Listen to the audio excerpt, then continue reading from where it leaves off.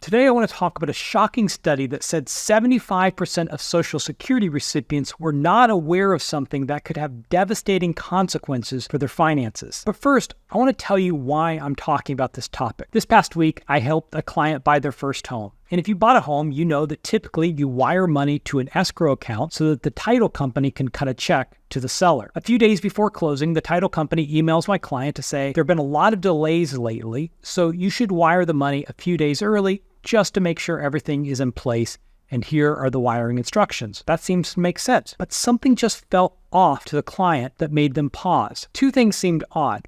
One, they had already wired the escrow company money a couple weeks ago and there had been no delays. And second, they'd already given them the wire instructions. Why were they sending it to him again? So she just called the rep at the title company, whose name was on the email, just to verify that it was from them. And it wasn't. It turns out it was a complete scam. It had their names on it. It had the title company's name on it. The email was just slightly different, and it was sent to both of my clients' personal email addresses. Had they not stopped just for a second to verify that email, it could have been devastating to their finances. That brings me back to the study by a law firm that works with a lot of Social Security recipients. And what they discovered in their survey was that 75% of Social Security recipients were unaware of AI fraud and how it posed a risk to their finances. So today, I'm going to talk about new technology that's making scams much easier to pull off, and some old-fashioned scams and how to protect yourself. But first, my name is Kevin Lum. I'm a certified financial planner, and this channel is dedicated to helping 1 million people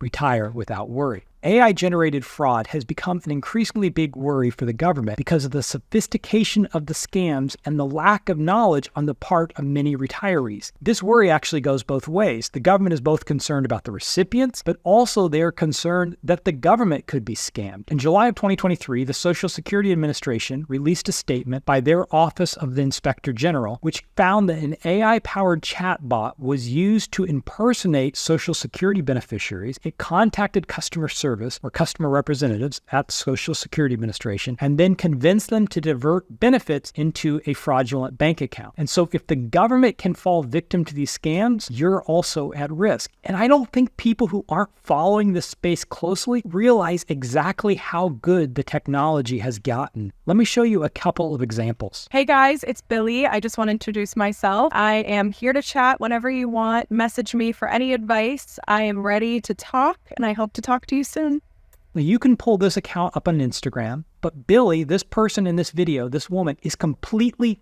fake. All of it was generated by AI. But it even gets crazier. There's a company here in Los Angeles called Hey Jen. We actually used to work out of the same office building, and they've managed to clone people's voices and faces. Just watch this. This video isn't really me talking. This was completely created by AI. The voice and the video were trained on AI from a video I filmed. Now, I look a little weird and it's slightly halting, but this technology will only get better and better. Just imagine where this technology will be a year from now. And even more insane, they've managed to make it so videos can be translated into other languages and their facial expressions or the way their lips move match that language. Just watch this. This is me speaking English, the only language that I can speak fluently. और अब ऐसा लग सकता है कि मैं हिंदी बोल रहा हूँ, एक भाषा जिसे मैं पूरी तरह से नहीं बोल सकता. Jetzt spreche ich vielleicht Deutsch. Ich spreche auch kein Deutsch. The craziest part about this is that it doesn't just sound like I'm speaking a different language. It looks like it too. Hay algo completamente salvaje y extraordinario. I made this using a new AI video translation tool. So what does this mean for you? It means you cannot trust your own eyes or your own ears, and it's going to get harder and harder to tell what is real. Is that panicked late night call really from your son or daughter? Or is it a scammer who has cloned their voice? Is your bank really calling or texting or emailing you about fraud on your account? Or is it all a scam? The answer is it's nearly impossible to tell. And the technology that I just showed you is a simple rough draft of what is to come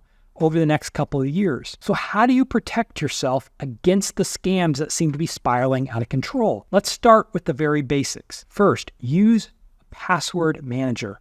Using a password manager makes it much easier to manage your login information across a lot of websites and help create strong and unique passwords.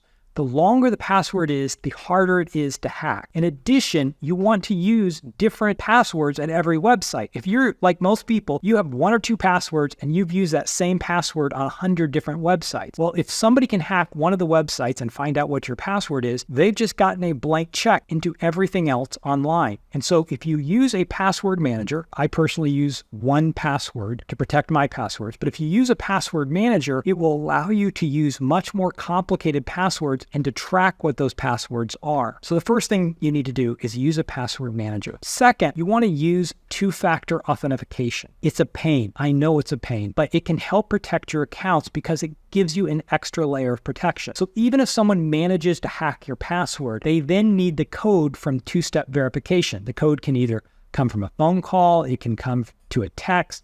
You can also use an authenticator app. So there's a variety of different ways that these security features work. But essentially, they allow you or require you to enter a unique code whenever you access your online accounts. You'll enter your password, and then you'll have to enter this unique code, and it gives you an extra layer of protection. The next thing you need to do is verify information. Never solely rely on the caller ID or the email or a letter or even a website. Scammers can easily spoof all that information to make it appear that it's legitimate. So when in doubt, verify the organization's contact details independently and then reach back out to them. And don't just Google. Make sure you go directly to their website to find out the information. For example, Chase called me the other day to say there was fraud on my bank account and they wanted to verify information. I said, how do I know you're Chase? Can you verify information? And the rep actually refused, so I hung up and I called Chase back. So anytime you hear from the Social Security Administration or your bank or whoever reaches out to you, if someone reaches out to you, make sure you verify by reaching back out to them. Say, thanks for contacting me. I'll call your company back. Or if you get a letter, call and verify. And don't just Google, because some scammers are actually creating fake websites that will pop up. So when you go to look for the phone number for Chase, that number will pop up. But make sure you actually go to the Social Security Administration website or Chase Bank or wherever it might be to make sure you have the actual institution and then call to verify that they actually did reach out to you. The next thing you can do is you could freeze your credit. Freezing your credit report prevents criminals from taking out credit cards or loans in your name. Now, it is a pain because it means you can't take out an account in your name without a little bit of extra work. But if you're not taking on any new credit or loans in the near future, it's a no-brainer. And you can unfreeze your credit, but it just means nobody can open up an account without taking that extra step. And so it just provides another layer of protection. Next, resist urgency. Scammers use time-sensitive language to pressure victims into immediate action. Take your time to verify the legitimacy of the call and then consult with a trusted family member or friend before making any decisions, or call your financial advisor. And if anyone ever tries to tell you you can't tell another person about this is just between us for security measures, it's a fraud. No legal institution will tell you not to talk to your son or your daughter or your financial advisor before making a decision. So if someone tries to get you to do something urgently and like they don't want you to tell anyone else about it, just stop. There's nothing that urgent. Take your time, verify that it's true. The next step is you can use call blocking. Many smartphones now have call blocking technology that can filter out scam numbers or calls from unknown sources. When you enable these features, it's going to reduce the number of scam calls you're going to receive. It's not going to stop it completely, but it will reduce it. And the next thing you can do is create your own personal two-step verification. That means if someone emails you, call to verify it was really them. Let me give you an example. So if someone emails me at my firm and says, hey, can you create a distribution from my brokerage account to my bank account? I need to buy a car. So you need $20,000 moved. I'll pick up the phone and call them and say, hey, I just want to verify that you just emailed me asking me to make this distribution. On the other hand, if they call me saying, hey, would you make this distribution? I'll then email or text to verify it was them.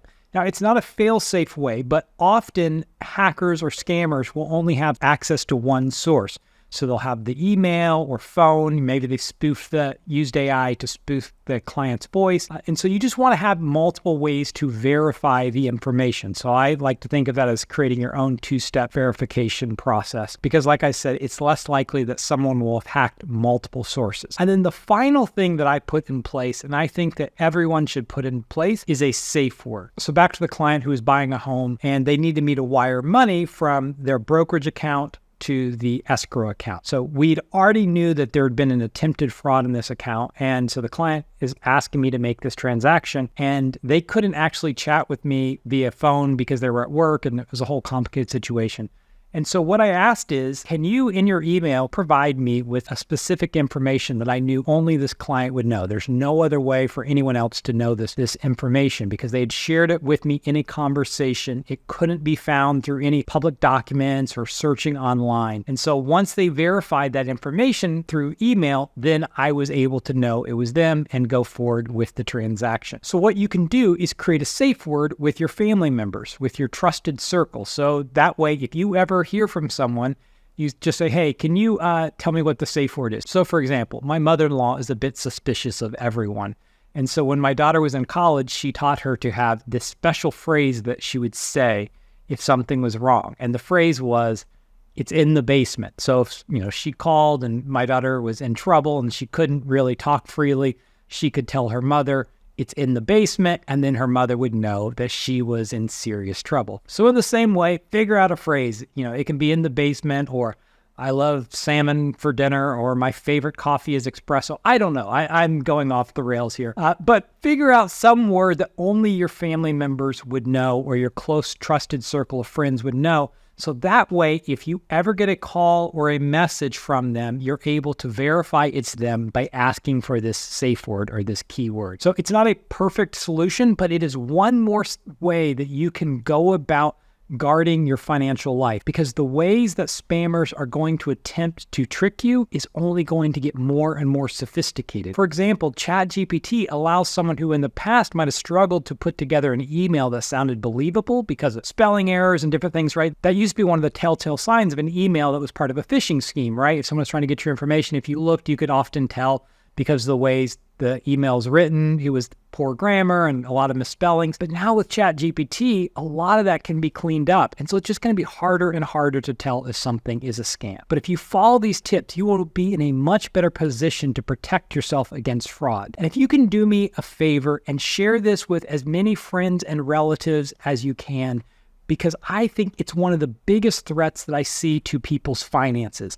More and more people are being scammed, and sometimes it's impossible to get the money back. And I know people who've literally lost hundreds of thousands of dollars because they've fallen for a scam. And so honestly, if there was one video that I've done that I hope you share with other people, I hope you share all the videos, but if there was just one that you're going to share with other people, I hope it's this one, because I really think people need to begin thinking about ways that they're going to protect themselves from scams and financial crimes. And finally, if you have an idea that you think I didn't cover for how to keep yourself safe from financial crimes or fraud or scams, go ahead and leave that idea in the comments below.